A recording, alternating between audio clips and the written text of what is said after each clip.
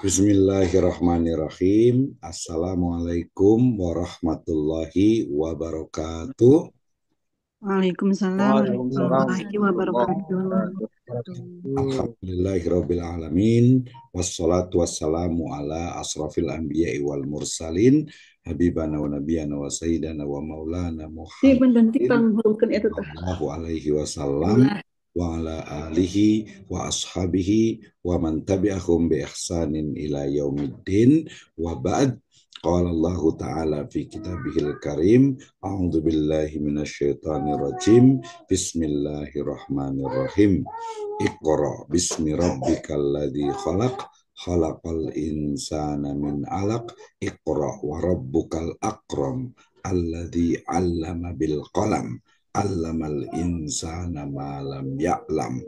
Wa qala Rasulullah sallallahu alaihi wasallam fi riwayatin tawilah, bainama nahnu julusun inda Rasulillah sallallahu alaihi wasallam zata yaumin ittala'a alaina rajulun syadidu bayadu siyab syadidu sawadu sya'ar la yura alaihi asarus safar wala ya'rifuhu minna ahadun hatta Matiin aja. jalasa ila Nggak ada yang nabi matiin. sallallahu Aduh, Dede, alaihi sakit.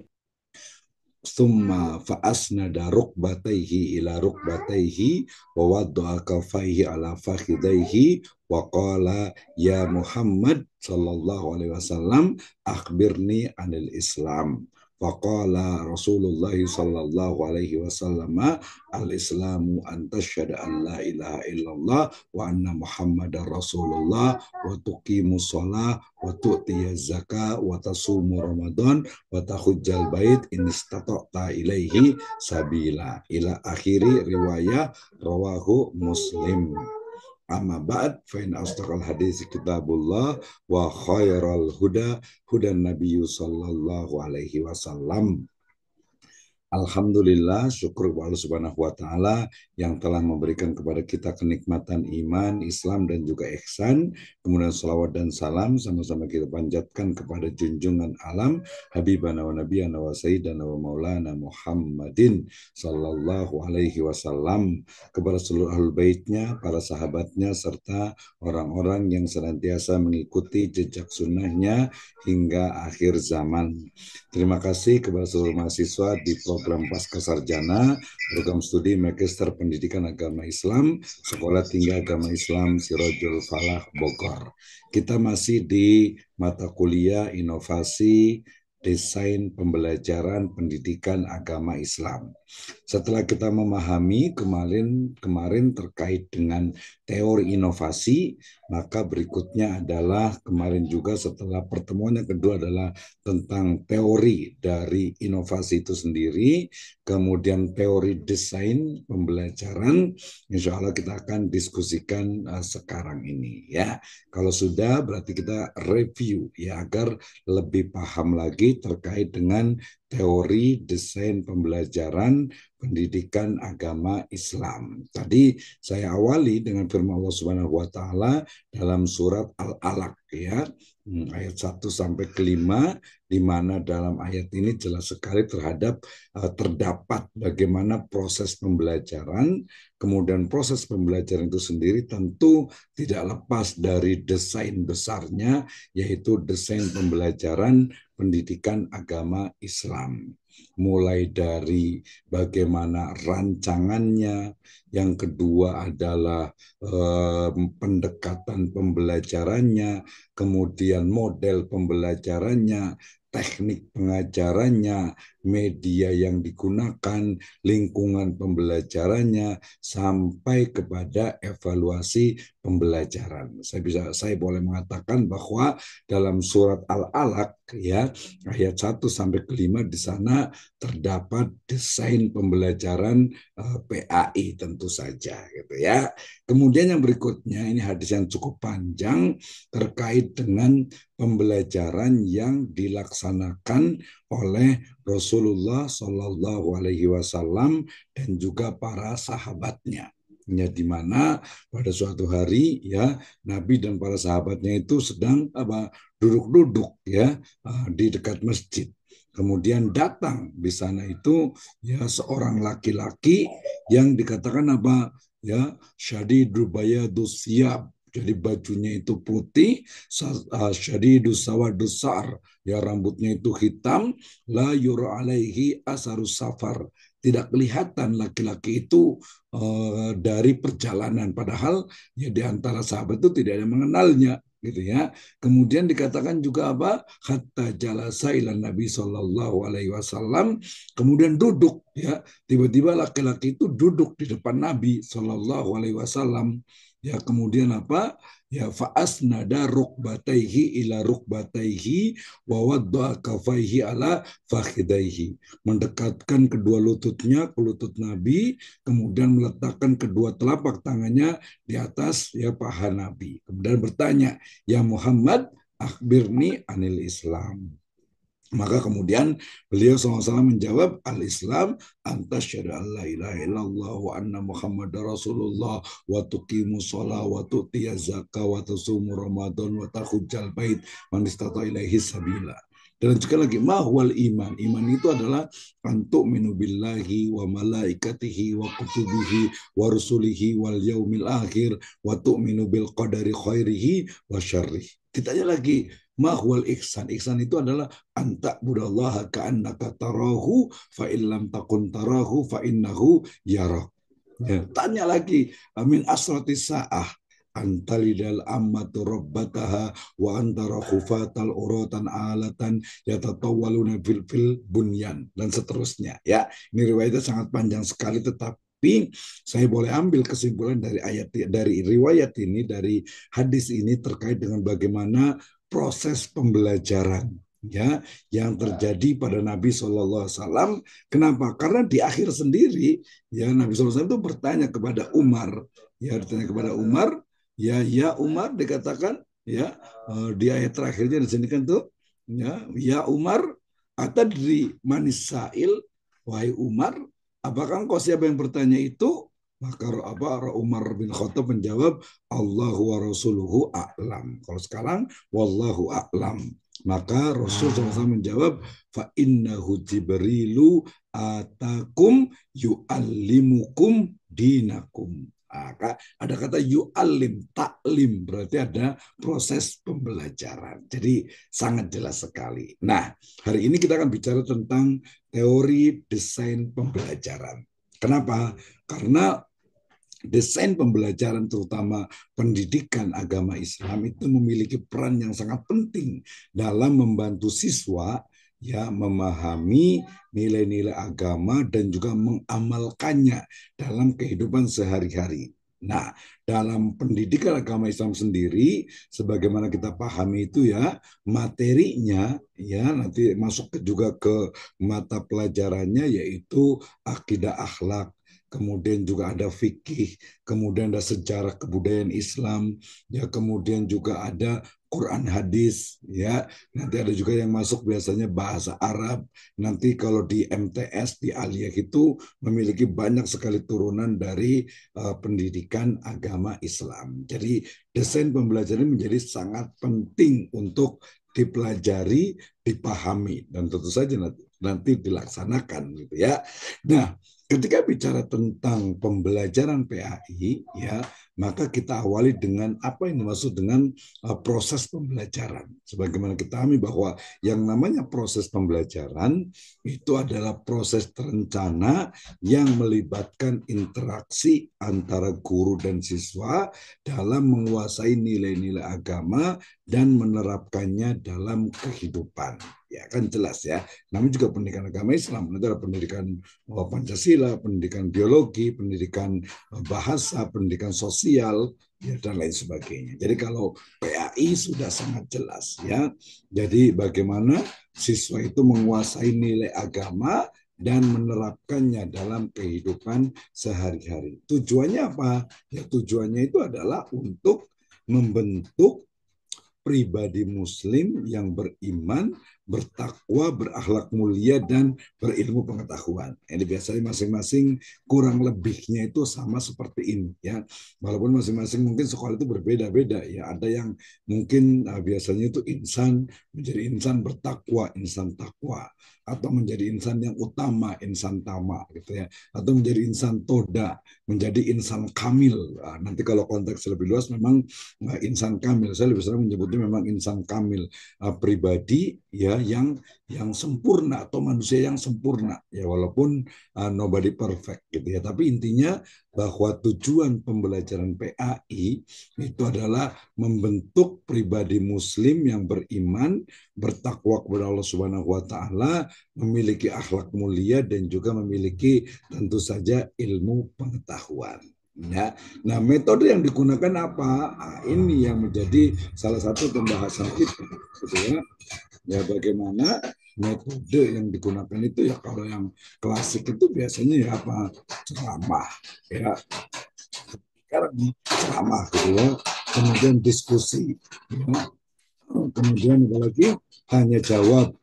Ya mungkin kalau kayak sholat atau berwudu atau haro ya, haji itu biasanya pakai demonstrasi. Nah, itu terjadi ya. Oke, nggak apa-apa ya, ini di sini sudah mulai hujan, tapi mudah-mudahan suara saya masih agak dasar, saya ngecek gitu ya. Nggak apa-apa ya. Kita lanjutkan. Jadi tadi kalau kita bicara tentang pengertian pembelajaran PAI, maka berikutnya adalah tujuan dari pembelajaran PAI. Ya, jelas kan? Jadi ini teori dari yang sudah umum sekali.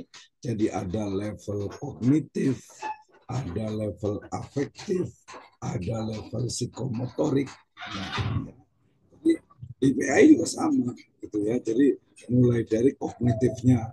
Jadi seorang siswa itu minimal memahami, mengetahui. Nanti kalau kita ngikuti teorinya Bloom misalnya gitu ya, yang dari mulai mengikuti, ya menghafal, kemudian menganalisis, mengembangkan, sampai nanti mungkin mengcreate gitu ya.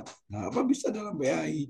Ya bisa lah gitu ya, bisa, karena banyak hal yang harus dipelajari. Nah, ya berarti kalau di level kognitif, jadi tujuan dari pembelajaran PAI berdasarkan ya levelnya gitu ya. Kalau pertama itu adalah apa? Kognitif. Apa itu kognitif? Kognitif itu adalah memahami tentang nilai-nilai ajaran Islam. Maknanya apa? Berarti seorang siswa dia harus mampu untuk mengetahui ya, level paling awal kan mengetahui dan juga memahami bagian-bagian dari syariat, bagian-bagian dari Islam. Ya kalau di PAI itu ya mulai dari bersuci ya, masalah air dulu kita belum ya, tentang bagaimana barang apa benda-benda yang dijadikan untuk bersuci. Ada air, ada debu, mungkin nanti ada batu gitu ya. Nah, istinjanya bagaimana, ya cara membersihkan dari kotoran bagaimana, nanti cara mandinya bagaimana, ya sampai kemudian kepada toharoh ya. Nanti setelah toharoh baru berwudu. Ya, toharoh sebagai dengan berwudu ya. Maka ya seorang itu harus tahu bagaimana apa teori atau berwudu itu apa, wudu itu bagaimana, itu masih kognitif. Kalau psikomotornya berarti apa? Ya cara berwudu.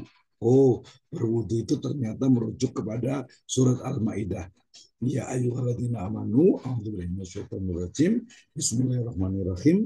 Ya ayyuhalladzina amanu, idza kumtum ila sholati faghsilu wujuhakum wa aydiyakum ilal marafiq wamsahu bi ru'usikum, dan seterusnya.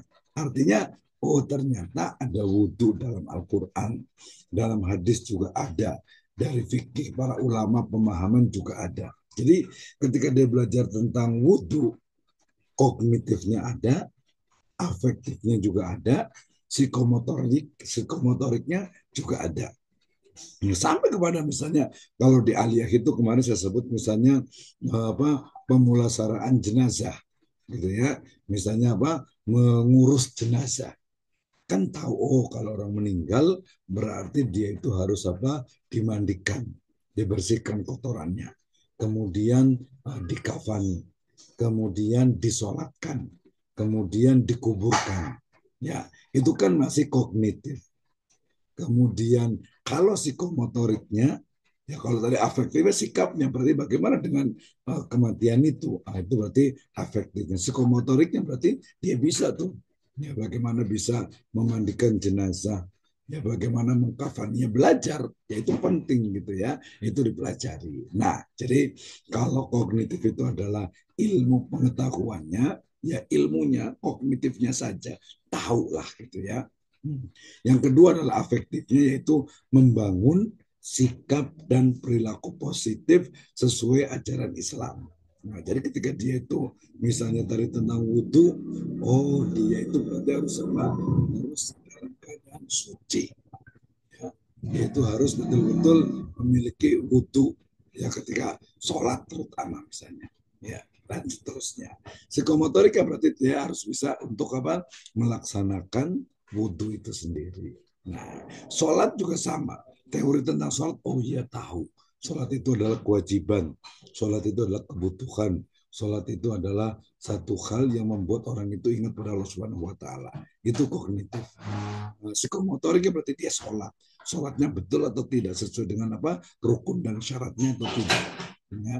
Nah, Quran hadis teorinya bisa, oh yang namanya mat itu dibacanya itu mat itu panjang. Amin. Banyak di Itu adalah TV apa itu? doang dengerin. Kognitif. Itu kan. Nah, psikomotoriknya berarti dia mengucapkan bisa tuh. Oh, ada mat lazim, ada mat yang mungkin apa? Oh, berapa harokat? Ya bisa 2 harokat, 4 harokat, 6 harokat. Nah, itu berarti psikomotoriknya dia bisa membaca Al-Quran sesuai dengan tajwid. Kemudian sejarah, ya kalau sejarah biasanya kesannya itu kognitif saja, padahal tidak. Ya, misalnya tadi sejarah tentang bagaimana hijrah Nabi SAW. Ya, berarti nanti ada psikomotoriknya bagaimana? Mungkin dibuat kayak semacam drama, dibuat semacam cosplay gitu ya. Jadi mereka itu ikut merasakan. Jadi itu nanti masuk ke dalam model-model pembelajaran. Ya, oke. Nah, afektif tadi berarti apa? Membangun sikap dan perilaku positif ya sesuai ajaran Islam. Sedangkan psikomotorik lebih kepada meningkatkan keterampilan dalam menjalankan ibadah dan mempraktikkan ajaran Islam. Nah, makanya nanti kalau di pesantren biasanya ketika ya ada orang meninggal gitu ya, maka santri-santri terutama yang aliyah itu diajak untuk bukan hanya nonton sebenarnya, ya minimal itu bisa nuangkan airnya, menggosok-gosok mayatnya, nanti ketika mengkafankan. Nah kalau sholat berarti bisa tuh bareng-bareng kan sholat jenazah. Ya, menguburkan juga mungkin kalau dilihat, oh ternyata menguburkannya itu begini dan seterusnya. Ya, nah itu adalah kognitif, kemudian afektif dan psikomotorik dalam pembelajaran pendidikan agama Islam. Ya, berikutnya prinsip. Nah, karena hari ini kita belajar tentang apa? Tentang desain pembelajaran PAI, ya kan? Nah, berarti prinsip-prinsip yang paling penting dalam PAI itu, yang pertama itu adalah harus relevan. Ya, relevan berarti ada relevansinya. Artinya apa? Bahwa materi pembelajaran harus sesuai dengan kebutuhan siswa dan perkembangan zaman. Wah, ini paling penting ya. Ini kita bisa jadikan penelitian. Makanya nanti salah satu dari challenge-nya itu adalah melihat bagaimana desain pembelajaran PAI di sekolah masing-masing. Kenapa? Karena begini, misalnya anak MTS atau ibtidaiyah dulu. Anak ibtidaiyah ketika dia sudah masuk di kelas misalnya 4 atau 5, ya kan ya, berarti 4, 5 kan dia udah usia misalnya 9, 10, 11 atau bahkan 10, 11, 12. Nah, kalau 10, 11, 12 gitu ya, atau mungkin di bawahnya lagi kelas 1. Kelas 1 itu berarti usia 6, ya mungkin ada yang 5 lah ya, 5, 6, 7. Ya, oke, kita ambil yang paling tinggi 7. di usia 7 tahun, sebuah riwayat datang kepada kita dari Nabi SAW, dikatakan, qala Rasulullah SAW, muru auladakum bisolati fi sab'in fadribuhum fil asyar. Ya, jadi ajarkan, ya, atau perintahkan, lebih tepatnya muru, amaro, ya muru, perintahkan anak-anakmu sholat fi sab'in, di usia 7 tahun. Nah, berarti kalau kita menyuruh anak usia 7 tahun itu harus sholat, berarti apa? Mestinya dia itu sudah bisa sholat. Nah, usia 7 tahun sudah bisa sholat, tadi misalnya kelas 1 atau kelas 2, ya mungkin kelas 2 lebih tepatnya ya, kelas 2, berarti mestinya kelas 1 itu sudah diajarkan sholat. Ya, kelas 1 diajarkan bagaimana tata cara sholat. Nah, sholat itu dikatakan apa? Sebuah riwayat dikatakan la sholata, atau mungkin yang umum itu adalah dikatakan at-tuhuru satrul iman. At-tuhuru satrul iman. Dalam riwayat yang lain dikatakan apa? Bahwasanya al-wudu minas sholah. Wudu itu adalah bagian tidak terpisahkan dari sholat. Maksudnya kalau orang mau sholat, ya harus wudu. Berarti kalau kelas 1 MI atau SD, yang tadi kelas 2-nya harus bisa sholat, diajarkan wudu dulu. Wudu nggak sah kalau dia itu tidak toharo, tidak suci. Nah, itu berarti bagian dari relevansi. Sholat 7 tahun. Kemudian 8 tahun, 9 tahun, 10 tahun, mungkin dia sudah mulai balik. Nah, kalau sudah balik berarti laki-laki ataupun perempuan biasanya itu apa? Sudah apa? Mimpi basah, gitu ya. Nah, berarti harus diajarkan bagaimana cara ya mandi junub misalnya. Bukan misalnya, emang harus ya. Saya sempat ditanya ke anak MTS itu, Pak, DWA sih mungkin malu gitu ya, Pak. Mandi junub yang benar itu bagaimana sih? Ya kan kita paham. Mandi junub itu, mohon maaf ya, bukan hanya untuk suami istri gitu ya, tapi juga seorang anak yang mulai balik gitu ya, baik laki-laki ataupun perempuan, ya wajib mandi. Kalau tidak mandi berarti dia ya kotor, najis gitu ya, tidak suci. Berarti usia tadi, ya sekarang itu kita perlu penelitian nih, apakah 9, 10, 11, ya antara itulah kurang lebihnya. Ya beda-beda dikit nggak apa-apa. Berarti usia 9, 10, 11 itu harus juga bisa, tadi sholatnya udah bisa. Kemudian mungkin dia mulai ada yang umroh karena udah mulai ini kan ya. Kemudian mungkin ada yang haji juga ya, tapi haji itu biasa nanti gitu ya. Nah, berarti dia harus sholat, kemudian wudhu, kemudian saum juga, puasa. Kan dia udah balik. Kalau udah balik berarti tadi sudah bisa mandi junub, sudah bisa bersih-bersih, istinja, istijmar, tayamum tadi gitu ya. Sampai kemudian dia itu sudah dewasa berarti dia sudah balik, sudah mimpi basah, jadi sudah bisa siap menjadi seorang muslim yang tadi bertakwa, beriman, berakhlak, dan berilmu pengetahuan. Ya, jadi saya pikir relevansi ini penting sekali untuk pembelajaran sesuai dengan apa usia dari anak-anak. Nah, kalau kaitannya dengan apa perkembangan zaman, itu lebih banyak lagi, ya lebih banyak lagi. Misalnya begini, ya, jadi kalau dulu belajar kan pakai ya papan tulis, blackboard, ya blackboard itu papan tulis. Sekarang menjadi whiteboard. Tadinya pakai kapur, kemudian pakai spidol. Spidol sekarang sudah mulai pakai ganti pakai touchscreen. Udah keren banget ya. Sebelum touchscreen mungkin pakai ke screen, ya ke proyektor. Atau mungkin ada juga yang pakai TV digital. Gitu ya. Nah, itu perkembangan. Kemudian juga ini nanti masuk ke media sebenarnya. Kalau materinya juga sama. Ya materi misalnya tadi tentang bagaimana kemajuan teknologi informasi itu harus diimbangi juga dengan apa? Dengan pembahasan terkait dengan tadi rukun iman, ya rukun Islam, tadi ada ihsannya, ya kemudian bagian-bagian dari ya syariat Islam, ada akidahnya, ada ibadahnya, ada muamalahnya.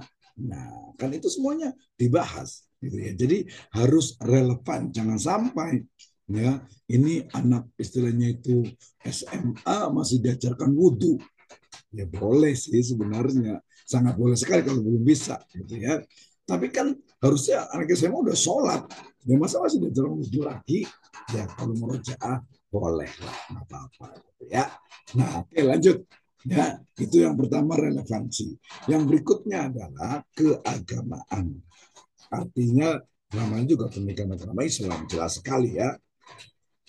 Materi dan metode pembelajaran berdasarkan sumber ajaran Islam. Nah ini yang jadi masalah nih biasanya nih. Kalau materi ya jelas lah ya, namanya juga PA. Tapi metode pembelajaran ini yang mungkin nanti salah satu inovasi yang kita kembangkan itu adalah apa?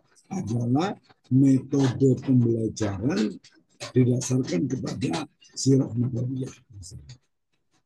Jadi gimana sih sebenarnya satu kelas itu berapa orang sih maksimalnya?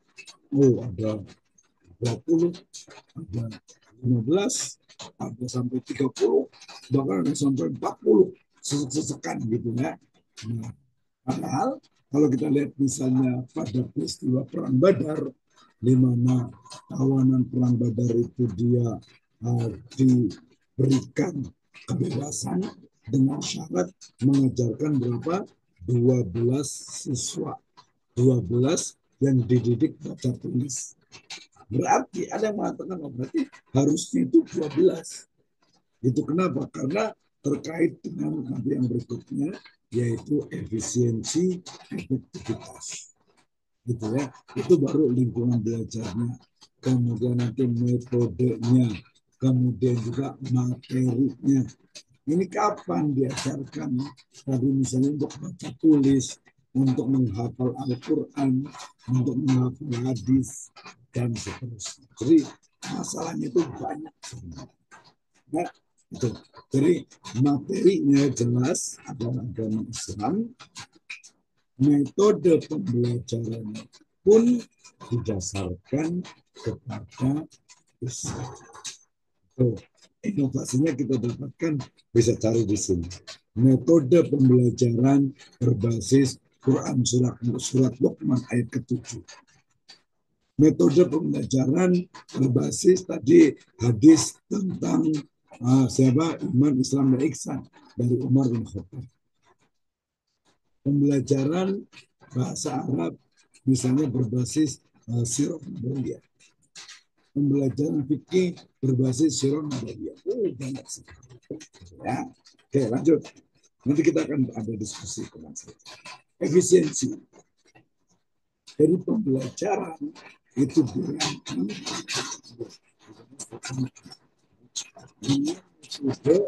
yang dan bisa tujuannya apa? Untuk mencapai tujuan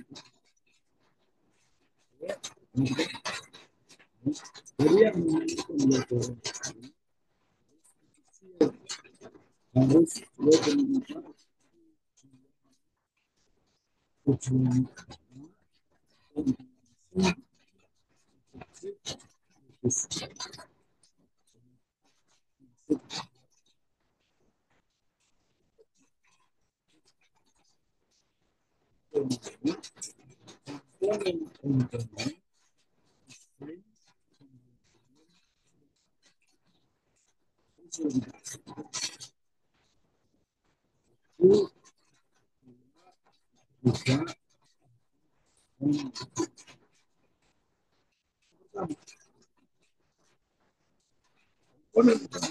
Suaranya kurang jelas ya. kebutuhan siswa dan tujuan pembelajaran. Ini, jadi kebutuhan siswa itu apa? Kemudian tujuan pembelajaran itu siswa itu mau bisa apa? Suaranya kurang jelas, Pak Dokter. Suaranya kurang kenceng ya. Ya, putus Pak Dokter. Hujan ya? Ya, Tidak. Pak, agak kurang Berkah, terdengar. berkah Maulid itu kayaknya Pak Dokter suaranya sampai habis gitu. Iya. Sa- Gak apa-apa, lanjut. Putus-putus Pak Dokter suaranya. Ya, Pak Iya, Dokter. di sini hujan, jadi agak-agak gelap, agak-agak apa, kencang suaranya.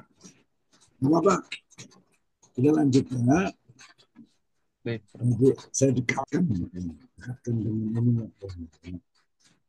Baik, kita berdoa nih, mudah-mudahan tidak banyak ininya nih, tidak banyak apa, tidak banyak halangan.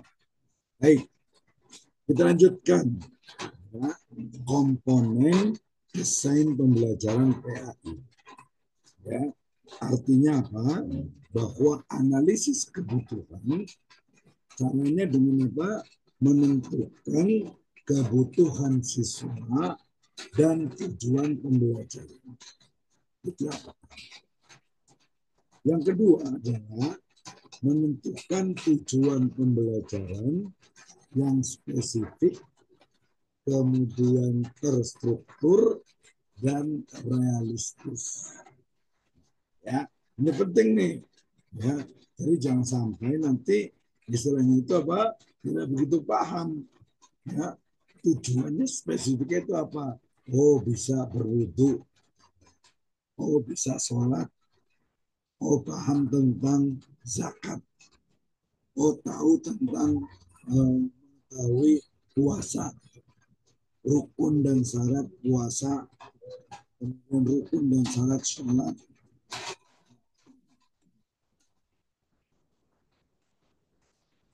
Sampai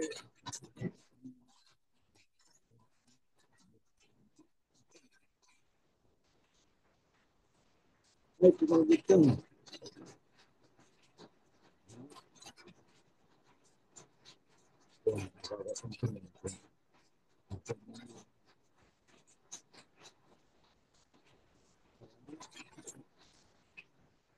Kita tunggu dulu.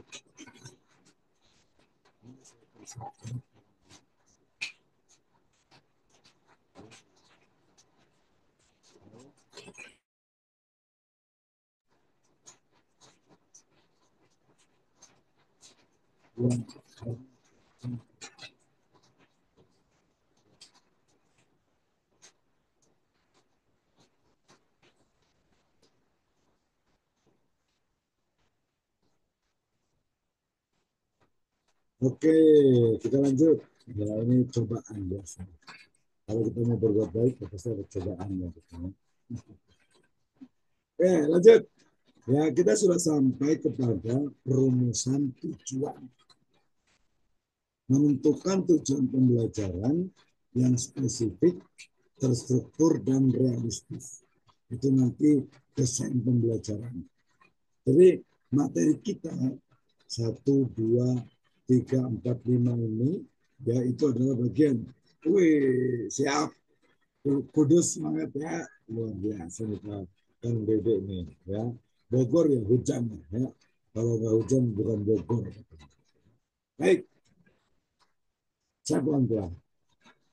Langkah yang ketiga atau komponen ketiga adalah pemilihan materi. Jadi materi tadi itu harus relevan, ya, sesuai dengan apa tujuan dan juga kebutuhan siswa. Ya. Jadi ini materinya. Nah ini nanti kita bisa menganalisis dari LKS, dari materi-materi yang diajarkan oleh guru PAI. Ya, saya tadi lihat, misalnya saya tadi lihat mahasiswa yang apa PLPK. Oh, ternyata isi materinya itu apa? Ini sudah kelas, misalnya tadi itu kelas 7, di kelas 9. Ya, kelas 9 tadi tentang akidah. Ya, nggak apa-apa. Ya, nanti ada rekamannya juga. Nah, kayaknya saya matikan dulu ini untuk terganggu dengan oke, baik. Ya, kita lanjutkan. Baik. Nah, jadi pemilihan materi. Tadi saya lihat PLPK anak S1 ketika dia mengajarkan misalnya akidah akhlak gitu ya, maka kemudian dia mengambil dari LKS. Nah, kebanyakan guru sekarang, ya guru PAI, ya guru yang lain juga sama sebenarnya gitu. Karena dia itu ya udah ngambil saja dari LKS yang ada. Ya, padahal mungkin, bukan mungkin, kalau dalam teori inovasi itu sangat mungkin guru itu apa melakukan improvisasi atau beberapa sekolah mereka itu membuat kurikulum sendiri. Jadi kurikulum dari Kemenak, dari pemerintah itu dia ya digunakan juga sebagai istilahnya itu apa perbandingan, ya sebagai pertimbangan. Kenapa bisa jadi mungkin punya ide gagasan lain. Tapi kalau kita kuliah di S2 ini mestinya bukan hanya saya nggak pakai misalnya itu apa kurikulum yang ini, tapi ada tadi tahapan komponennya. Apa itu komponennya? Komponennya itu adalah analisis kebutuhan, kemudian perumusan tujuan, kemudian pemilihan materi, kemudian strategi pembelajaran, ya, sampai kepada evaluasi pembelajaran. Jadi ini yang dimaksud dengan desain pembelajaran. Ya.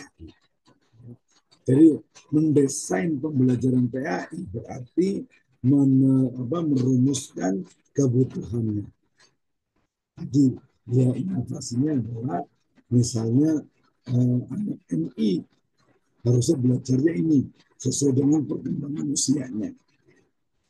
Kemudian anak MTS jadi harusnya belajar itu seperti ini. Ya materi-materinya. Misalnya Quran hadis ya. Quran hadis berarti kalau Quran tajwidnya itu kan mulai dari MI. Ya, MI mereka dilatih itu untuk belajar tajwid. Sejarah peradaban berarti atau sejarah kebudayaan berarti mulai dari turunnya wahyu. Ya dari awal ya sampai nanti berurutan. Dari antara MI, MTS, Alia itu harusnya nyambung. Antara SD, SMP, SMA itu harus nyambung. Nah, itu yang paling penting.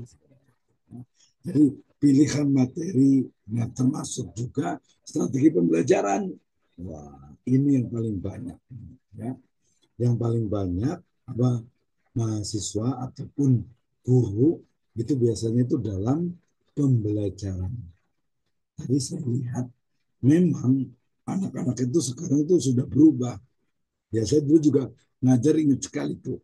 Ya ada anak-anak itu yang ketika menulis, ketika membaca ada yang mungkin mereka nggak bisa diam.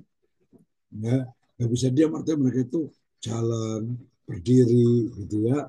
Nah ada gitu ya. Tapi ada juga yang duduk diam gitu. Nah nanti teori-teori tentang pembelajaran itu mestinya memang diajarkan. Ya. Jadi bagaimana nih sebenarnya? Nah seperti itu. Ya.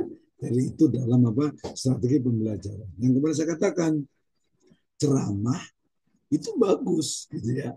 Tapi dengan apa? Dengan intonasi, dengan variasi, kemudian juga dengan apa? Motivasi gitu ya. Ada diselingi dengan mungkin visual, ya mungkin dengan suaranya. Nih kalau suara saya habis jangan karena ngajar juga gitu. Kebanyakan ceramah kali ya. Enggak juga sih ini musimnya memang gitu ya. Jadi kita syukuri. Oke, strategi pembelajaran. Yang berikutnya adalah evaluasi pembelajaran. Ya, jadi ini sering sekali guru itu ketika mengevaluasi kadang itu cuma apa ada beberapa nih. Ya, kemarin saya komunikasi dengan satu guru MTS. Ya, katanya kalau dengan kemajuan teknologi kan evaluasi itu dia bisa menggunakan misalnya Google Form, menggunakan aplikasi, yang menggunakan internet lah komputer gitu. Ya, tapi ternyata anak-anak di MTS ini dia itu ketika mengisi misalnya multiple choices, pilihan ganda atau mungkin dia mengisi mencocokkan, menjodohkan, itu yang harusnya itu 1 jam, itu 10 menit, 15 menit itu selesai. Nah berarti ada masalah ini. Apa itu masalahnya? Masalahnya itu adalah mungkin ya siswa itu mereka tidak mau banyak mikir. Ya artinya adalah ngitung kancing aja gitu ya. Tinggal pilih klik klik klik klik klik klik. Nah padahal kalau ujian tulisan itu dia dibaca dulu. Ya walaupun kalau menurut saya, kalau saya lebih cenderung dibiasakan. Gitu ya. Artinya dengan kemajuan teknologi ini biasanya meringankan guru nih. Saya tanya, Pak gimana ngoreksinya gimana? Kalau ngoreksi, ya pengalaman pribadi itu kan memang satu pekerjaan yang sangat melelahkan, koreksi itu ya. Nah apalagi nanti kalau jawabannya pertanyaannya itu esai kan ya. Kalau esai itu, waduh, ini akhir tahun itu betul-betul guru itu betul-betul sibuk. Bisa nggak dimudahkan? Ya. Nah, nanti kita lihat. Ya, kalau di perguruan tinggi relatif lebih mudah, hampir tidak ada ujian esai. Ya, tinggal kita tanya satu-satu, itu sudah bisa. Ya, oke, ini adalah komponen desain pembelajaran. Saya mau cerita apa lagi ya? Satu lagi, yaitu tadi tentang berbagai metode pembelajaran. Dari lingkungan sebenarnya ada juga. Misalnya kalau anaknya siswa tidak banyak, maka kelas dengan model setengah lingkaran atau model U itu lebih efektif. Kalau dalam Islam itu nanti disebut dengan apa? Halakoh. Kan? Kalau halakoh itu kan dia apa? Melingkar. Jadi kenapa? Karena ketika dia halakoh atau bentuk setengah lingkaran atau bentuk teori U dalam pembelajaran, dia itu akan apa? Akses guru terhadap masing-masing siswa itu dia sama.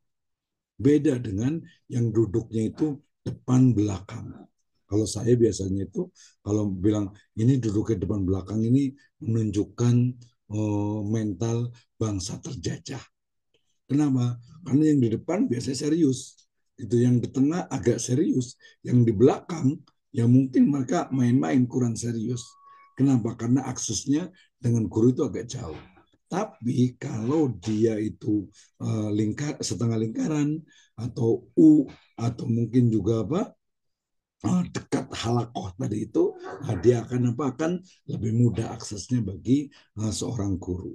Ya, jadi lingkungan sekolah termasuk juga kalau sekarang alhamdulillah ya kelas itu didesain, dibikin apa gambar, tulisan, kemudian juga ada variasi-variasi, ya ornamen-ornamen itu yang bikin semangat, kata-kata motivasi dan lain sebagainya. Ya, itu jadi bagian juga dalam desain pembelajaran. Nanti makanya challenge-nya itu adalah pertama itu lihat dulu desain pembelajaran PI itu kayak gimana sih sebenarnya, gitu ya.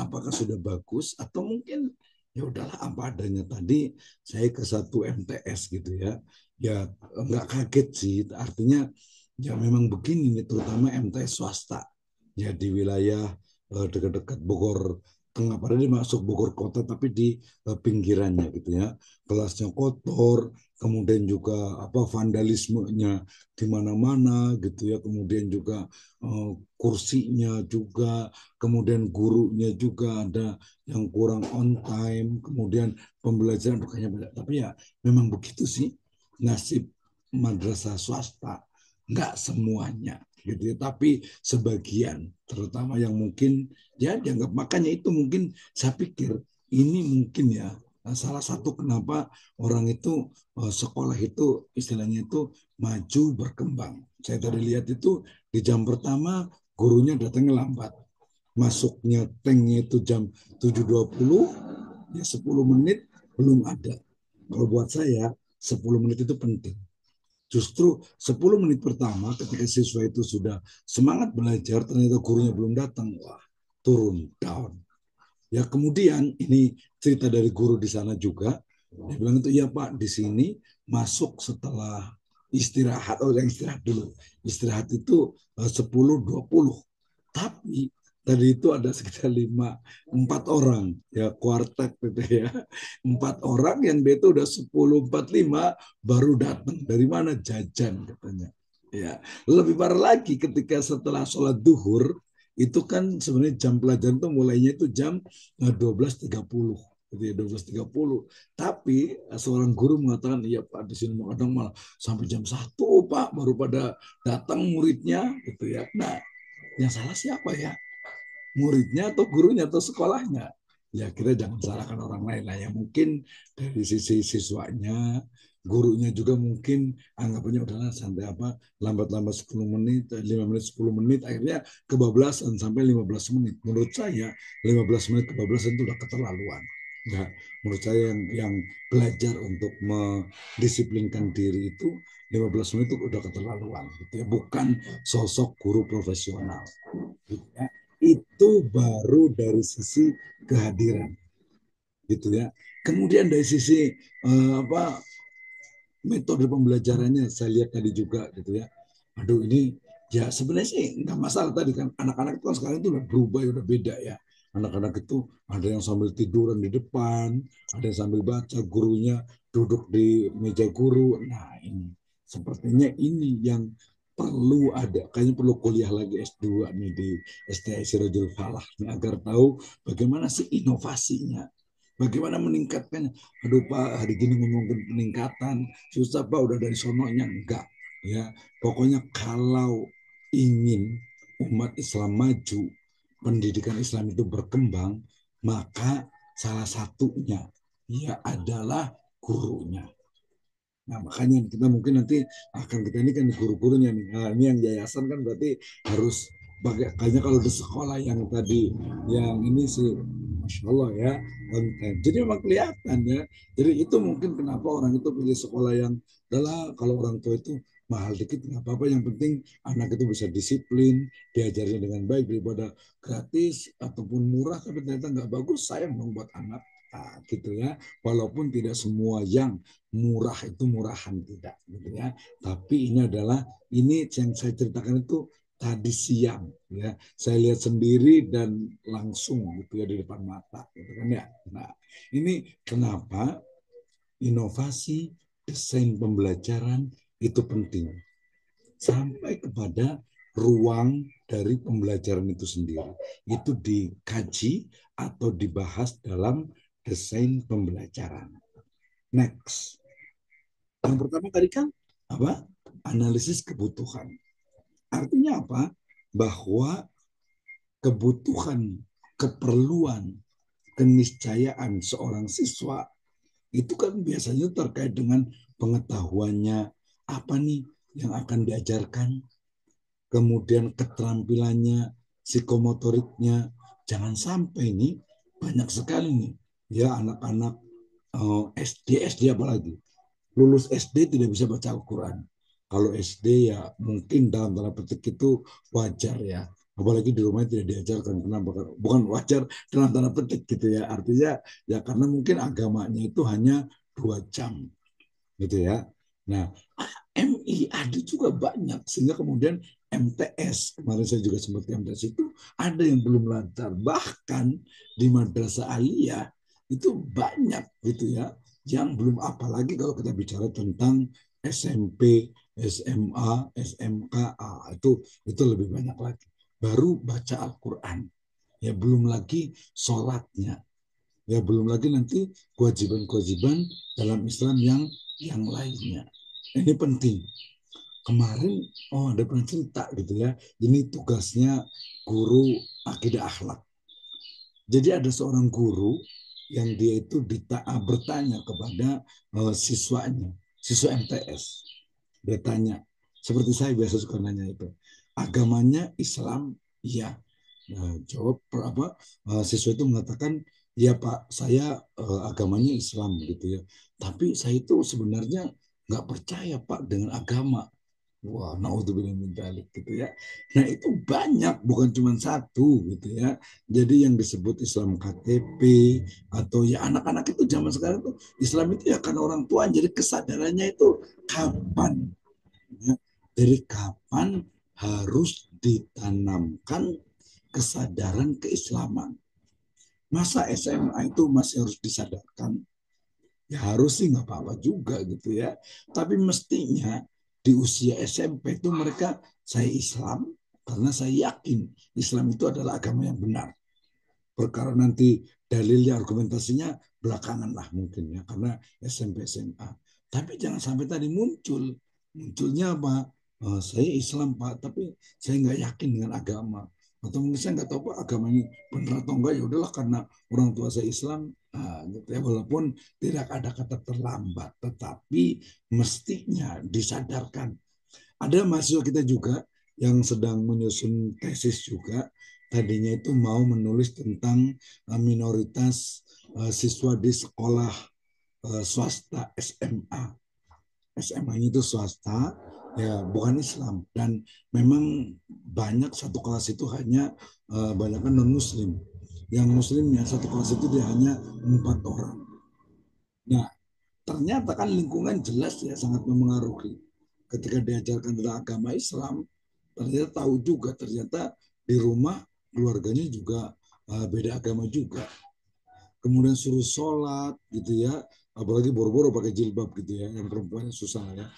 Itu apalagi itu karena lingkungannya nggak ada yang pakai jilbab misalnya di situnya itu yang siswanya gitu kan.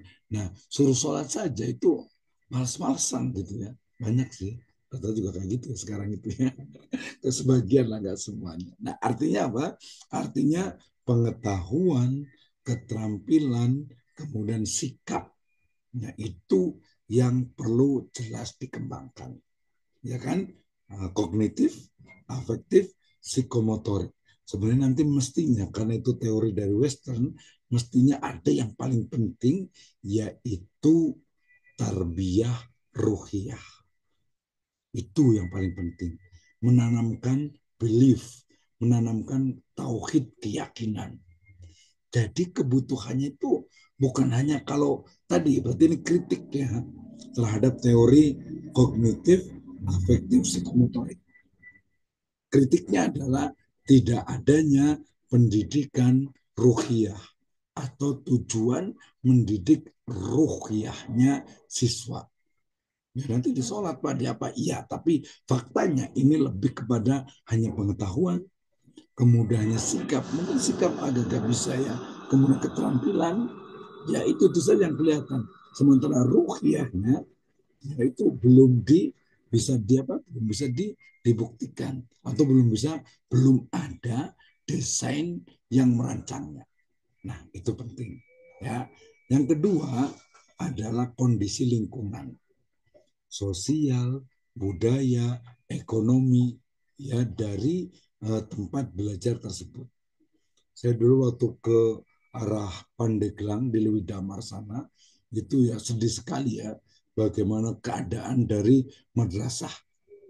Ya, sangat memprihatinkan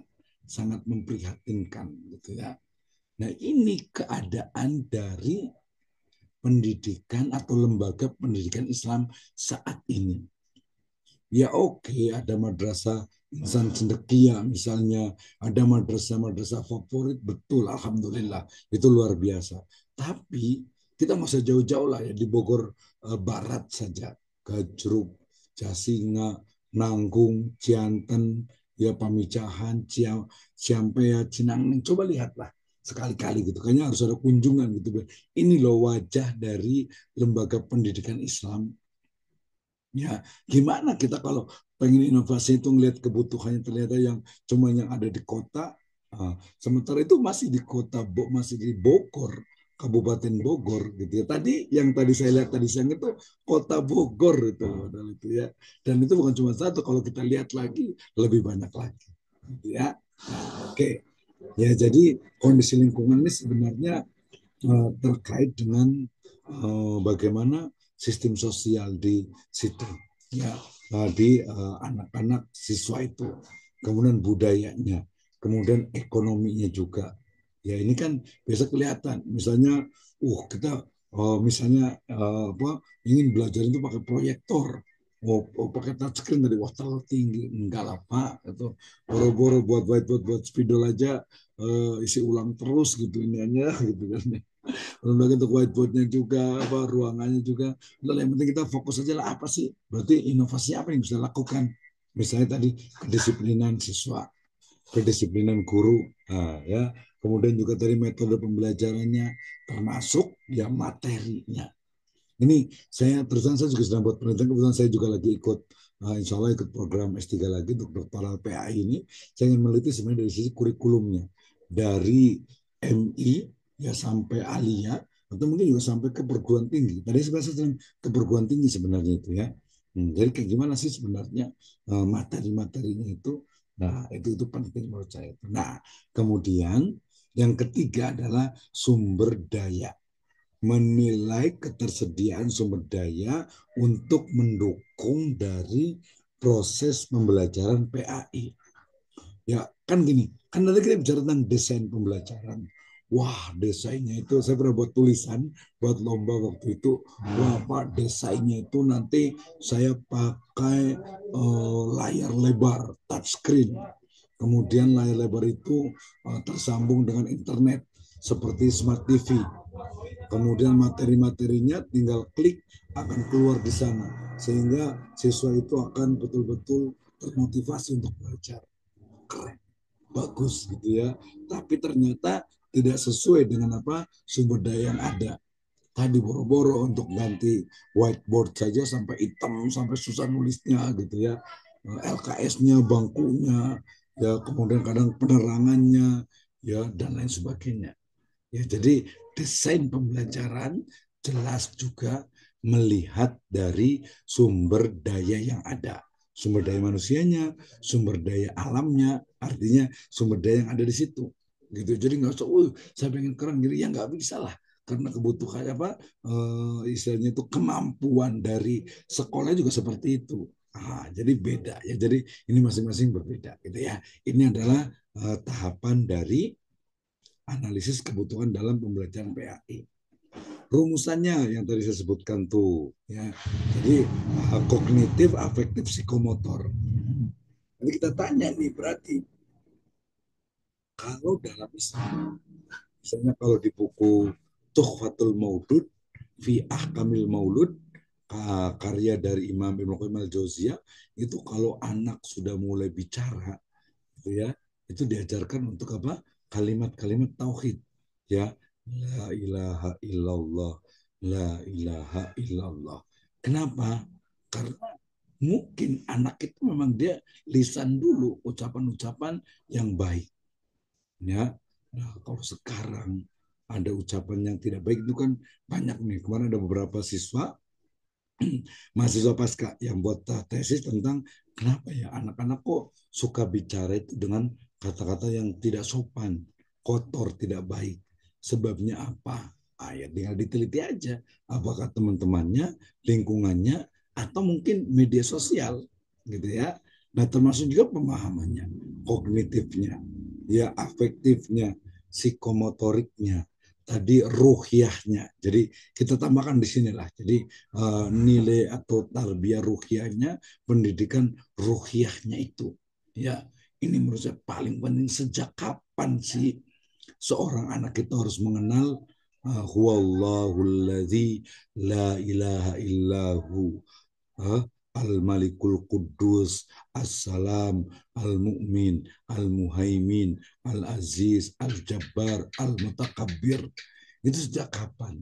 Belum lagi memahami dari Asmaul Husna itu. Sejak kapan sih? Ya misalnya sampai sekarang nih, saya pernah wawancara dengan satu alumni ya setingkat SMA atau aliyah, dia itu masih nggak tahu gitu. Jadi kalau orang meninggal, itu kan berarti dia apa ya, ruhnya itu dicabut. Nah, ketika ruhnya dicabut, yang mencabut itu kan ada dua versi ya. Ada menyebutnya dengan apa malaikat Israel gitu ya, tapi ada juga menyebutnya dengan malakul maut, ya malaikat kematian bahasa Indonesia itu ya, malaikat kematian. Nah, kalau malaikat kematian itu misalnya itu mencabut satu nyawa, orang ini, orang ini, orang ini, orang ini, wah berarti sibuk banget nih. Ya sehari itu ada berapa orang yang meninggal. Kalau pas wabah kemarin COVID-19 atau pas perang di Palestina di Ukraina gimana tuh? Ya, itu kadang nanti antara kita udah belajar kemarin ya, kebenaran ilmiah, kebenaran alamiah dengan kebenaran ilahiyah itu ya tidak mesti sinkron. Ya, ada irisan-irisannya, tapi ada yang berbeda.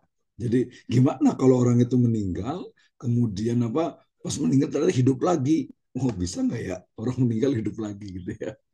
Nah, ini menarik. Oh, di sini ada Ustadz Alvin Kudratullah juga ya, kemarin yang sudah melakukan ya. Nanti saya Apalagi ya. tanya-tanya nih, dikit lagi. Saya tinggal 3 slide lagi. Jadi ini perumusan tujuan pembelajaran. Kemudian berikutnya adalah pemilihan dan pengorganisasian materi PAI. Relevansi, urutan, keselarasan. Nah, ini menjadi hal yang penting dalam pembelajaran PAI. Saya ringkas sajalah. Strategi, metode, dan media.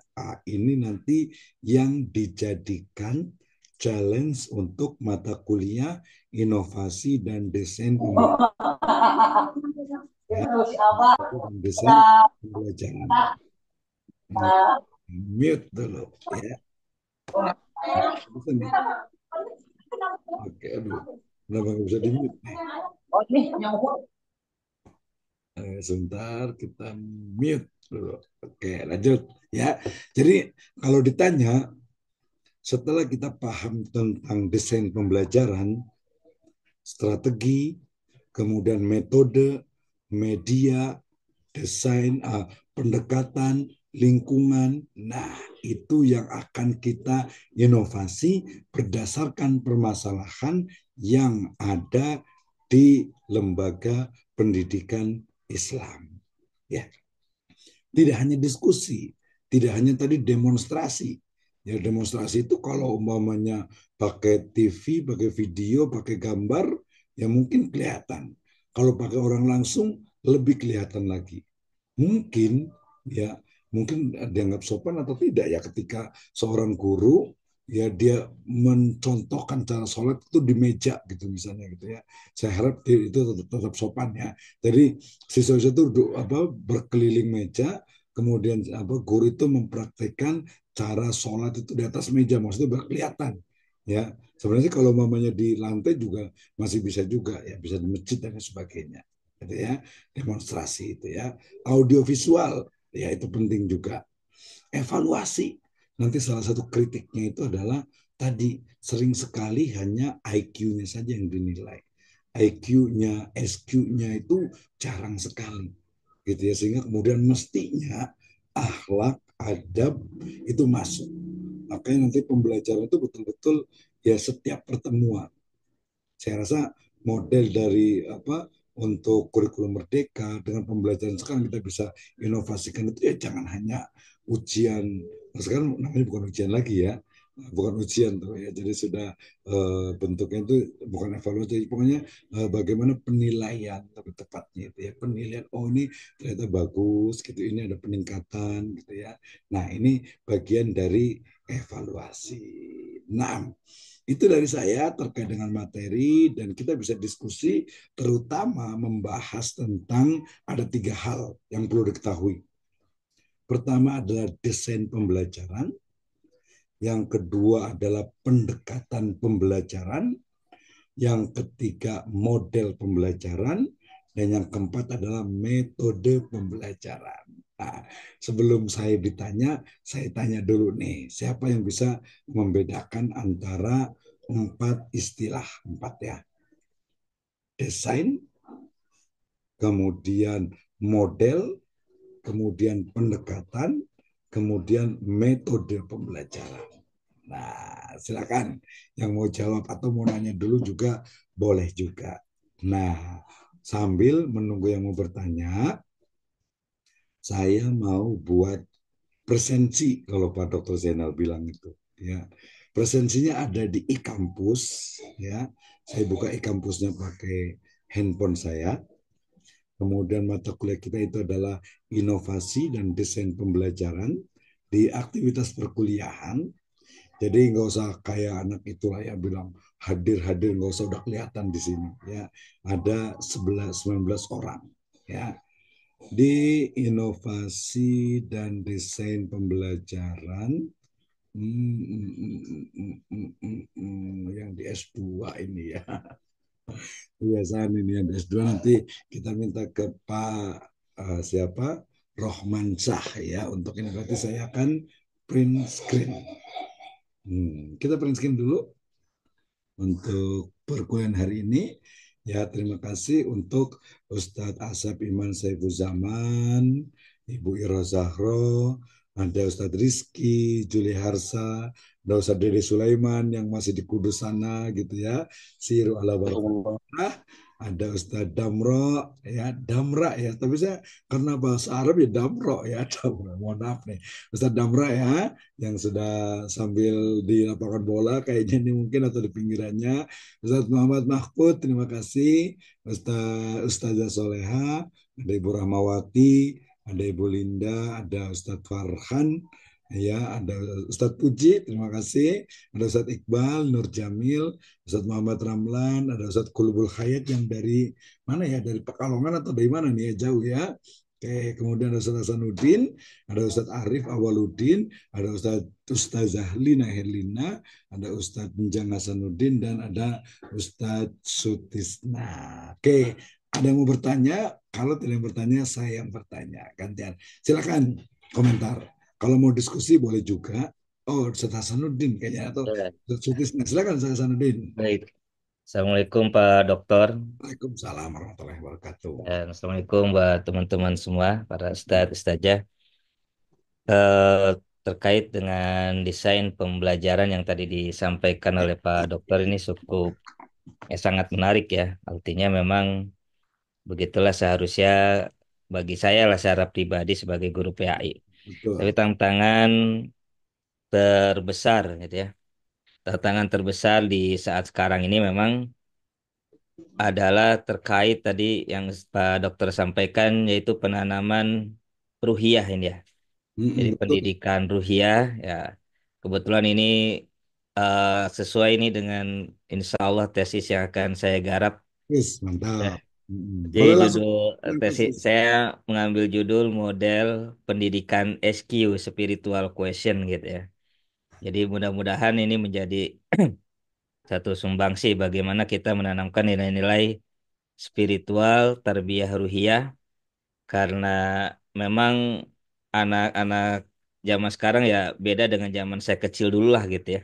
Betul. Artinya mereka di sekolah dibangunkan pondasi sampai rumah ini dihancurkan lagi gitu ya dengan Betul. tayangan TikTok, dengan tayangan televisi yang mungkin negatif. Nah, mungkin eh, bagaimana misalnya untuk solusi yang seperti itu tadi, Pak Dokter? Bukan cuma hanya penanaman tarbiyah ruhiyah juga, tetapi juga terkait dengan apa Gozul Fikri, perang pemikiran. Saya kemudian mengajar di anak-anak SMP, mereka suka lihat TikTok konspirasi gitu kan. Us, Ada mantap. selalu ya ada satu TikTok namanya TikTok konspirasi apa gitu ya.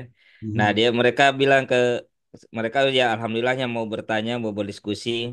Jadi yang disampaikan di akun TikTok tersebut katanya seolah-olah membuat keraguan terhadap adanya hari kiamat. Nah, misalnya. Nah, Betul. ini mungkin Pak Dokter mungkin saran atau cara-cara jitu untuk menerapkan prinsip-prinsip tarbiyah ruhiyah dan memerangi gojul fikri tadi. Terima kasih Pak Dokter. Assalamualaikum. Oke, terima kasih ya. Menarik nih saya Hasanuddin, luar biasa ya. Tadi ya kalau ada TikTok konspirasi, saya juga lihat banyak sekali TikTok, kemudian reel video, snack video yang jelas-jelas gitu ya. Itu memang ya nggak suka dengan Islam gitu ya. Nggak suka dengan agama, nggak suka dengan Islam. Artinya mereka tuh menyebutkan intinya itu ya deislamisasi yang kemarin kita ingat itu kemarin tuh ya. Jadi deislamisasi terutama ya anak muda. Kalau orang tua mungkin apa namanya ya agak memiliki argumentasi kuat. Kalau anak muda tadi muda sekali. Ya belum lagi nanti orang-orang yang Islamofobia yang tidak suka dengan Islam. Ya, tadinya saya mau nanya dulu ke Ustaz Hasanuddin nih, karena tadi menggunakan istilah SQ gitu ya, maka pertama pastikan pahami dulu definisi dari spiritual. Jadi ada tiga. Iya, Pertama betul. spiritual, yang kedua adalah religion, gitu ya. Yang ketiga Ya, mungkin belief. Nanti bandingkan dengan makna tauhid. Nah, itu harus ada tuh di tesis. Jadi dari ya, sekarang siap Pak Dokter. tentukan makna spiritual. Ya, spiritualitas itu apa? Termasuk sebenarnya juga agama. Agama itu apa dari etimologi, terminologinya. Spiritual juga sama. Ya, karena kesannya nanti kalau spiritualitas itu lebih ke arah ya sesuatu yang sifatnya itu dia itu hanya ritual, dia itu hanya apa? Ya, Sifatnya itu hanya eh, agama ansih gitu ya yang tidak ada kaitan dengan keduniaan. Dan itu jelas sebenarnya berbeda dengan Islam. ya betul Pak Itu Dokter. ya, Siap, ya siap. spiritualitas itu hanya bagian kecil dari Islam, bagian dari Islam. Ah, gitu ya. Ya, siap Pak Dokter. Ya. Makasih. Kemudian ini saya ketika ditanya prinsip gitu ya, walaupun nggak mesti ikut saya gitu, beda-beda. Tapi saya merujuk kepada tadi bahwa yang namanya pendidikan PAI, ya pendidikan PAI mestilah diajarkan materinya PAI dan metode pembelajarannya pun berbasis Islam. Ini menurut saya yang juga hilang dari pendidikan Islam. Metode mengajar berbasis Islam. Selama ini kan tadi saya dulu sempat ngomong ya ini beda pendapat nggak apa-apa lah ya gitu ya. Ketika anak TK misalnya gitu kan, sekarang itu anak TK itu rame banget gitu ya belajarnya itu ya sampai-sampai pasti beli apa yang mic besar itu bukan mic ya apa audio lah gitu yang besar gitu agar bisa nyetel pagi-pagi gitu ya itu seperti itu. Kemudian juga anak MTS dengan apa mungkin ada kayak untuk apa untuk keseniannya ya kemudian juga ada kegiatan-kegiatan itu sekarang ramai banget gitu ya. Apakah memang seperti itu gitu? Biasa orang pesantren pasti akan jawab enggak juga sih gitu. Makanya tadi jadi pendidikan agama Islam mestilah materi-materi yang jelas Islam, kemudian metode pembelajarannya berbasis Islam, desain pembelajarannya berbasis Islam, model pembelajaran berbasis Islam, pendekatan pembelajarannya pun berbasis Islam. Ya, nah ini juga kritik saya terhadap metode penelitian juga. Ketika Anda meneliti, menulis sebuah tesis, kemudian ternyata metode penelitian yang digunakan itu bukan berasal dari Islam, nah berarti ada pertanyaan besar, gitu kan ya? Kenapa? Oh begitu miskinkah Islam dengan metode pembelajaran, dengan metode penelitian? Padahal kita paham Islam itu sudah melahirkan kuntum khaira ummatin ukhrijat linnas ta'muruna bil ma'ruf wa tanhauna anil munkar. Kemudian juga wasabiqunal awwaluna minal muhajirin wal ansar walladzina tabauhum bil ihsan radhiyallahu anhum waradu'an. Berarti ketika tadi Nabi didatangi malaikat Jibril sampai datang mengajarkan para sahabat, itu dianggap tidak ada desain pembelajaran. Itu dianggap tidak ada metode pembelajaran. Jelas salah. Kemudian ketika Nabi SAW membonceng Abdullah bin Abbas di keledai. Kemudian mengucapkan, bersabda beliau, Ya hulam, inni u'allimuka kalimat, ikhfadillah yahfadka, ikhfadillah tajidhu tujahaka, ida sa'alta fas'alillah, wa ida sta'anta fasta'in billah, dan seterusnya panjang. Ya, artinya apa? Itu jelas metode pembelajaran, kemudian desain pembelajaran dari Allah Subhanahu wa taala dan Rasulnya, kemudian pendekatan pembelajarannya, di sana ada psikologi pembelajaran, psikologi pendidikannya, lengkap semuanya. Nah, tugas kita apalagi level master harus mampu ingat mengembangkan bukan hanya mendeskripsikan. Ya, nah berarti tadi Ustaz Hasanuddin untuk pembelajaran SQ-nya, bagaimana cara untuk mengajarkan tadi tarbiyah ruhiyah. Nah, pertama jelas, sama juga jawabannya ketika bagaimana mengajarkan misalnya itu mengantisipasi gozul fikr, maka penguatan terhadap akidah.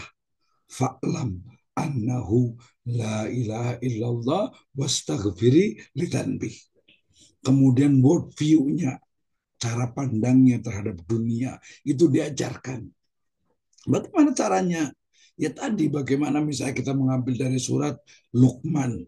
Ya bunayya la tusyrik billah inna syirka la zulmun azim sampai wala tusair, ya, kemudian sampai juga inna angkarul aswat la sautul hamir. Semuanya sudah lengkap dalam Al-Quran, dalam hadis, pendapat para ulama. Tinggal kitanya nih, mungkin memang kita itu kehilangan mencek Sunda mah parman obor cina gitu ya. Parman obor dari pembelajaran berbasis Islam. Nah, seperti itu. Makanya kemudian muncul kemarin yang kontroversial, misalnya bacaan Al-Quran diiringi dengan apa? Dengan organ, dengan alat musik dan lain sebagainya. Gitu ya. Nah, itu salah satu kenapa? Karena kita itu yang perlu, kita yang harus menggali. Tapi kita juga tidak menutup diri dari berbagai teori pembelajaran, mau dari Western, mau dari Barat, mau dari Eastern, mau dari Timur, mau dari Cina, mau dari Jepang, mau dari Korea. Selama di sana ada unsur maslahat kebaikan, tidak merusak dari apa Islam itu sendiri, umatnya, ya kita bisa ambil. Ya, kenapa kan hikmah itu adalah milik dari kaum muslimin. Caranya bagaimana secara teknis? Ya harusnya mestinya kita mulai dari kalau pendidikan Islam dia kan include tuh ya ruhiyah dengan jasadiyah. Mulai tuh dari awal teorinya ya, dari mulai memilih pasangan, kemudian ketika mohon maaf misalnya apa suami istri, kemudian ketika sudah lahir ada yang dilakukan, ada yang diberikan kalimat-kalimat thayyib, kemudian akikah, diajarkan kalimat tauhid, kemudian diajarkan adab yang baik, kemudian juga sholat, puasa, ada ada pembelajaran gitu ya. Ini yang tugas kita untuk terus memandangkan pendidikan agama Islam. Jadi mohon maaf nih ya, kalau sebagian ada yang ke arah manajemen pendidikan bagus sekali gitu ya. Tapi itu ranahnya manajemen pendidikan. Kalau kita tuh pendidikan agama Islam sangat mulia sekali, SMS tuh ya, sangat mulia sekali. Di mana mendidik, mengajak, menyelamatkan generasi kita dari azab neraka jahanam. Seperti itu ya.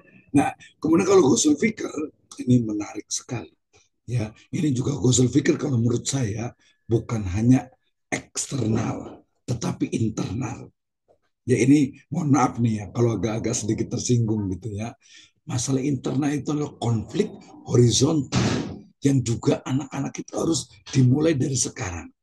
Maksudnya itu diajarkan ya tasamuh, ukhuwah Islamiyah, jelas. Sebelum ukhuwah basyariah, sebelum ukhuwah watoniyah. Ukhuwah Islamiyah secara umat Islam dulu nih. Ajarkan bagaimana mereka itu bertoleransi, memahami, oh ini masalah fikih, oh ini masalah yang mungkin memang ya ada mukhtalif fih. Itu penting sebelum ke dunia luar. Ya dunia luar juga sama tadi. Kenapa sih sekarang itu anak sekarang PKI, ya mohon maaf nih PSI gitu, ya pokoknya komunis gitu ya, sosialis, liberalis, sekuleris, kemudian juga ada lagi sinkretism gitu ya, ya harus diajarkan.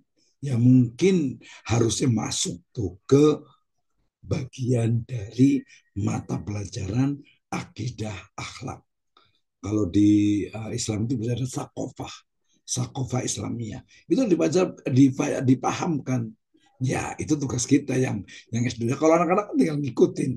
Ya, kalau teorinya belum itu ya untuk MI mengikuti, mengucapkan, kemudian nanti MTS itu mulai menghafal, ya. Alia itu mungkin bisa mengulang kembali, mendeskripsikan, yang menjelaskan.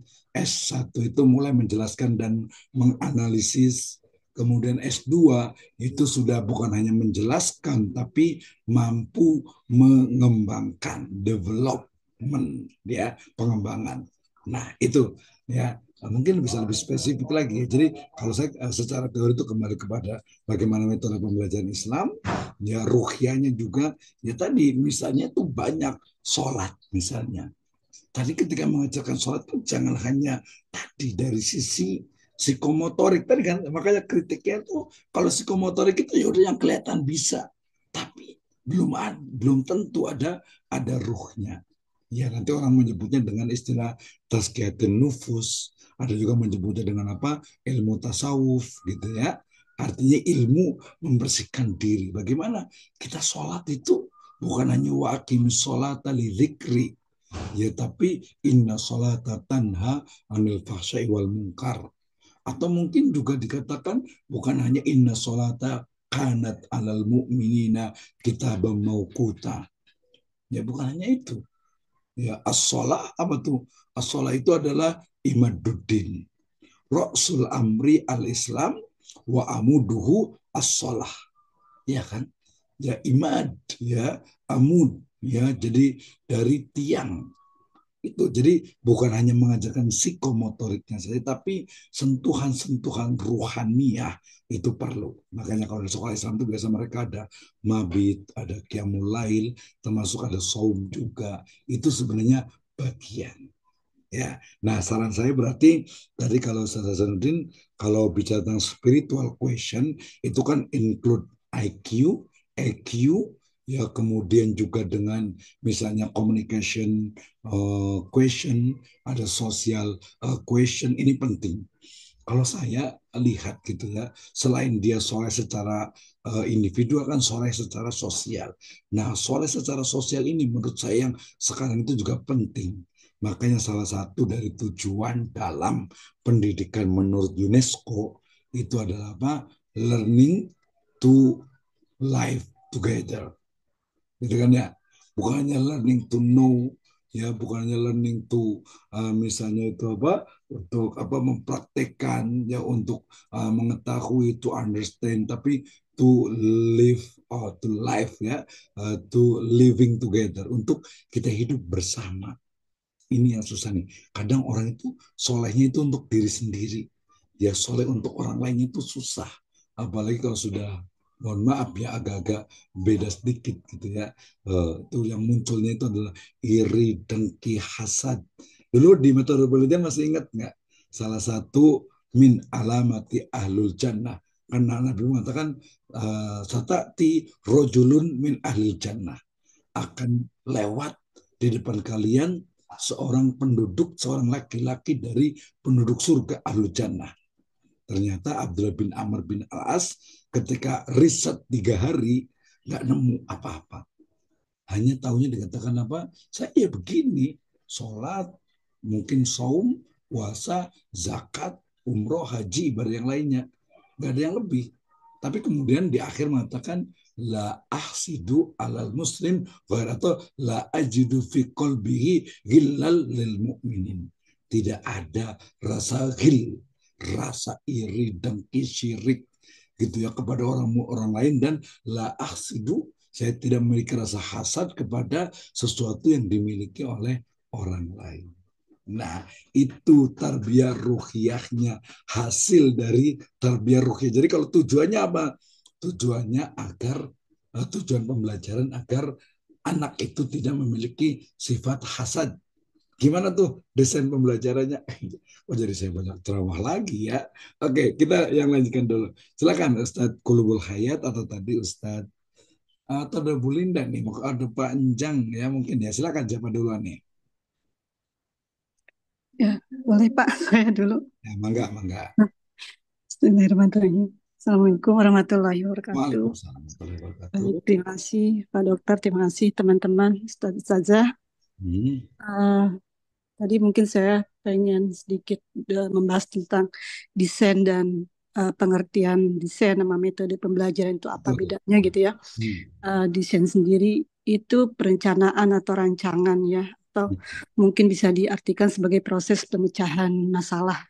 Sedangkan metode pembelajaran itu upaya mengimplementasikan rencana yang sudah disusun dalam kegiatan agar tujuan yang telah disusun tercapai secara optimal. Mungkin seperti itu desain antara desain dan metode pembelajaran.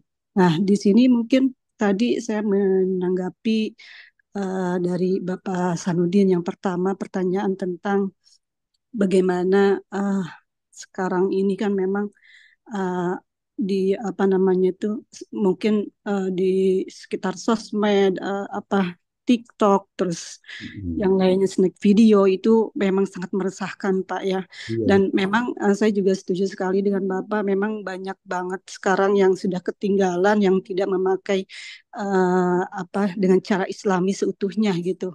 Dan itu memang saya rasakan sendiri gitu ya. Dan uh, apa mungkin kalau saya bilang untuk zaman sekarang ini gen alpha ini kayaknya udah cukup sulit ya kalau menurut saya gitu, cara mengajarinya.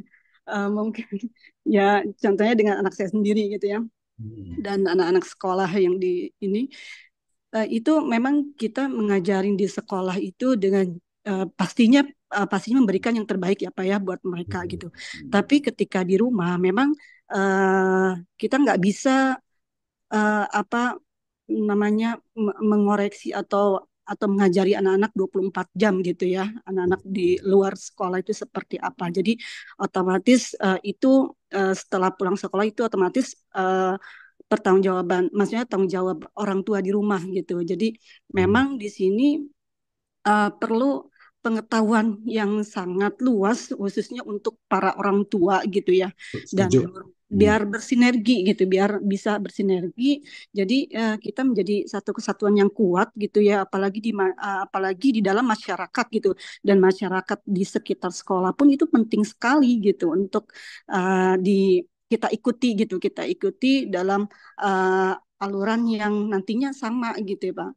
Jadi mungkin kalau di sini saya bisa katakan kalaupun memang agak gimana ya kita kalau di sekolah, masa sih di sekolah ngajarin TikTok gitu ya atau ngajarin snack video gitu ya.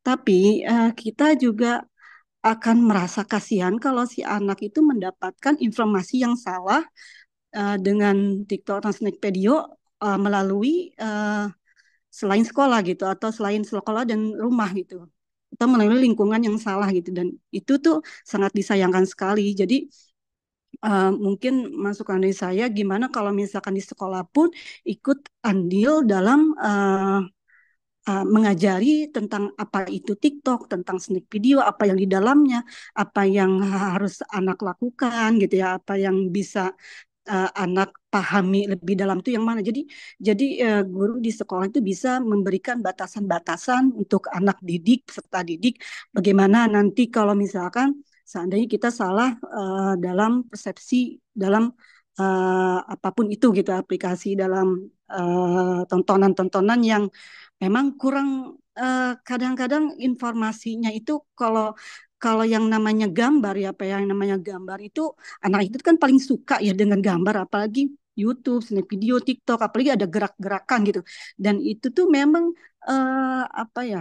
Mungkin bisa dikatakan menurut zaman sekarang itu untuk informasi di mendapatkan informasi di internet itu kayaknya sesuatu yang pembenaran gitu. Padahal belum tentu benar gitu. Tapi kayaknya anak-anak sekarang tuh udah kayak membenarkan apa yang dikatakan di apa di online gitu, di informasi ya seperti di TikTok, di snack video atau yang lainnya gitu ya Pak ya. Jadi mungkin kalau menurut saya mungkin di sini juga kita mungkin saya sendiri gitu ya belum bisa sepenuhnya menjadi guru yang baik gitu. Walaupun sedikit-sedikit apa belajar, mungkin kita juga harus peduli ikut di dalam apa namanya di dalam psikologis anak gitu. Apa yang anak rasakan kita ikut merasakan itu gitu, dan kita ajak anak-anak didik kita itu sebagai sahabat kita juga, sebagai teman kita juga. Mungkin seperti itu ya Pak ya. Mohon Ya, maaf. terima Ini kasih. sebentar lagi sebentar lagi azan ya Pak. Iya benar. Semangat aja sih. Pengennya on time sampai jam 6 gitu ya. Tapi ini menarik sekali nih. Kalau menurut saya ini nggak bakalan habis dan ini kita akan bahas pada pertemuan-pertemuan berikutnya. Di mana eh, problematika dari pendidikan agama Islam itu sangat banyak sekali. Tadi ya, jadi bagaimana mereka itu orang-orang yang ya kita sebut saja orang-orang yang nggak suka dengan Islam. Dan kadang itu orang Islam itu sendiri gitu ya, yang karena ketidakpahamannya akhirnya nggak suka dengan Islam. Lalu banyak orang yang nggak suka pakai jilbab gitu misalnya, itu kan orang Islam juga gitu ya. Kampanye juga ngapain pakai jilbab, mendingan jilbabin hatinya dulu gitu, itu yang kelihatan. Belum lagi tadi tentang ketuhanan dan sebagainya, saya juga menemukan banyak sekali tuh video TikTok, video TikTok tuh banyak kan gitu. Makanya kita harus perbanyak kebaikan di media-media itu. Tadi terkait dengan apa? Oh, tadi kalau yang pertama itu tentang ada 4 ya. Pertama itu desain, yang kedua itu model, kemudian yang ketiga itu pendekatan, yang ketiga itu ada metode pembelajaran. Ya, nanti kita bisa kan perbedaannya di situ lah gitu ya.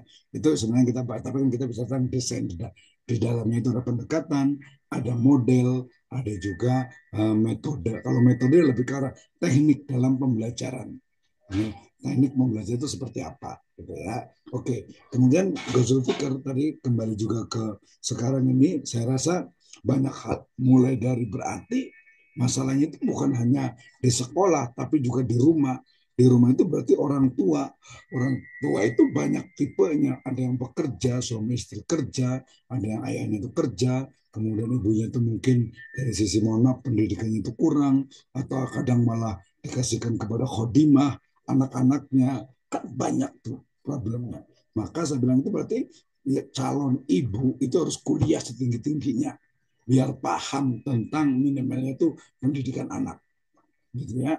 Nah, tapi udah kuliah tinggi, jangan juga malah anak itu dikorbankan malah ngajar di luar gitu misalnya. Anak-anak sendiri itu tidak diurus dan sebagainya. Banyak sekali ya. Tapi karena waktunya sudah azan, ya, insya Allah kita akan pertemuan. Nanti kalau ada pertanyaan silakan di grup WA atau japri ke saya. Yang pasti pekan depan kita akan lebih spesifik lagi tentang desain inovasi pembelajaran PAI berbasis saya. Saya akan bahas tentang pekan pertemuan yang akan datang, saya akan bahas, silakan dipelajari tentang metode pembelajaran berbasis Islam atau desain pembelajaran PAI berbasis Islam. Namanya PAI harus Islam lah ya, gitu ya.